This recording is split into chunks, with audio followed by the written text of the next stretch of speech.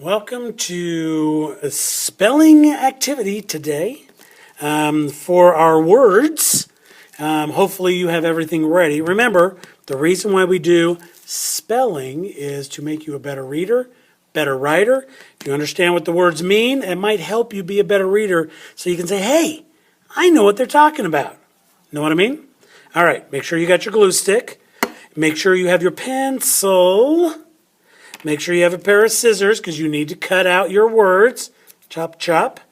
And something to put them in. You can either use a zip top bag or you can use like an envelope if your teacher gave you an envelope or if you have one of those at home.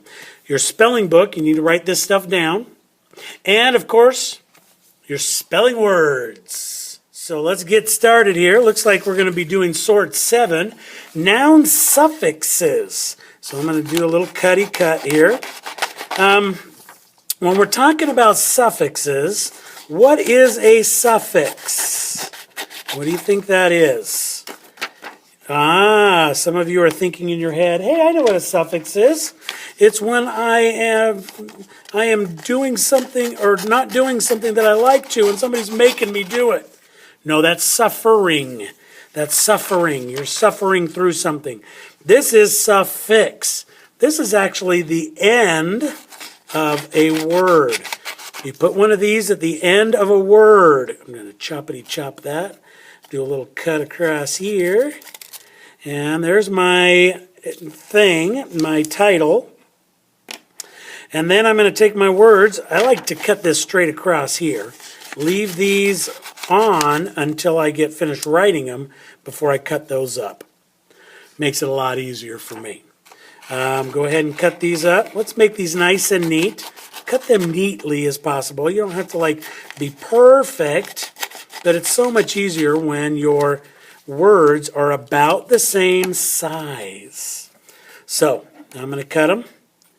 There we go. See, if we get these cut like this. Wow, there's 3 at a time. Makes a couple cuts and we got it. So we're going to be adding some suffixes to the end of a word. And what we're going to have is you're going to notice when we add these suffixes, we're adding them to a noun. When we add them to a noun, that means it's not a root word, it's actually a base word. So let's say these words as we're setting them down. Attacker, survivor, vocalist. Go ahead and make sure that you're saying these to yourself as you're spreading these out. I'm going to put these out here around a little bit. Oh, there's my specialist. Yeah, I'm kind of a specialist. I got a special set of skills.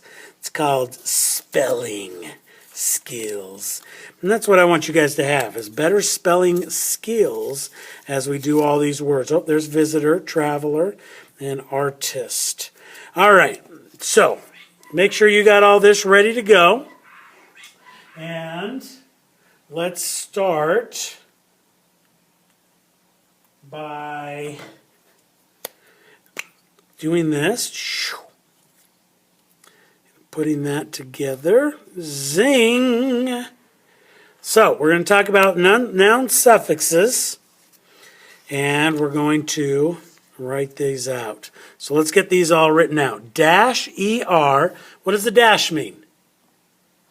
The dash means that it's a suffix and we're adding it to the end of the word. Dash OR, dash IAN, and dash IST. All right?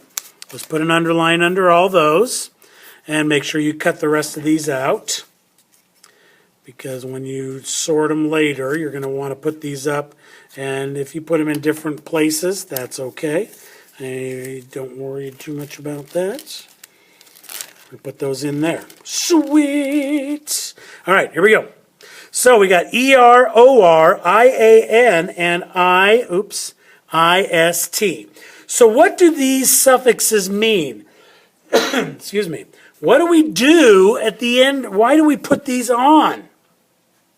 Well, what these do is they indicate or they change the word so that it actually becomes someone or something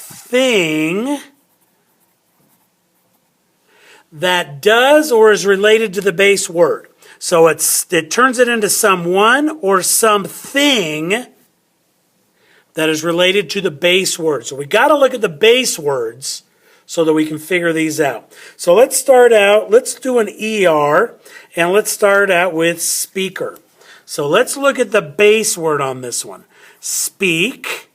So to speak is what? Is to talk. Chat, chat, chat, chat, chat. Talkity, talkity, talkity, talk, talk, talk, talk, talk, da, da, da, da, da, da, da, da, da, da. And what these are is somebody talking. Actually, it's just my fingers. But when we add an ER, we're not just talking. It's this person is the speaker. So it becomes someone that is speaking. How cool is that? Speaker. So when you speak, that's something you do. When you're a speaker, that's someone you are. Cool, huh? All right, OR, creator.